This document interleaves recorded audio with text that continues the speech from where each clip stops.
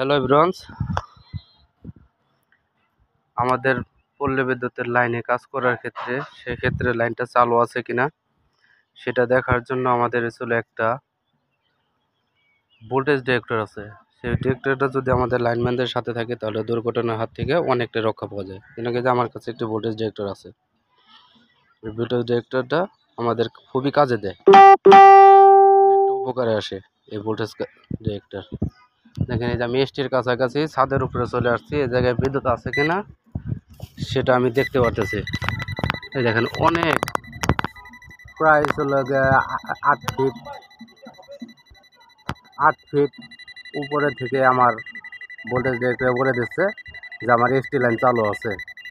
সেক্ষেত্রে আমি বুঝতে পারবো যে আমার লাইন চালু আছে, আমি আমার লাইন বন্ধ করে সেভ করে আমি কাজটি করব। ওই আমার এসটি লাইন, এই যে আমার ভোল্টেজ ডিটেক্টর প্রায় 10 ফিট ফাঁকে থেকে আমার সিগন্যাল দিতেছে যে লাইন চালু আছে।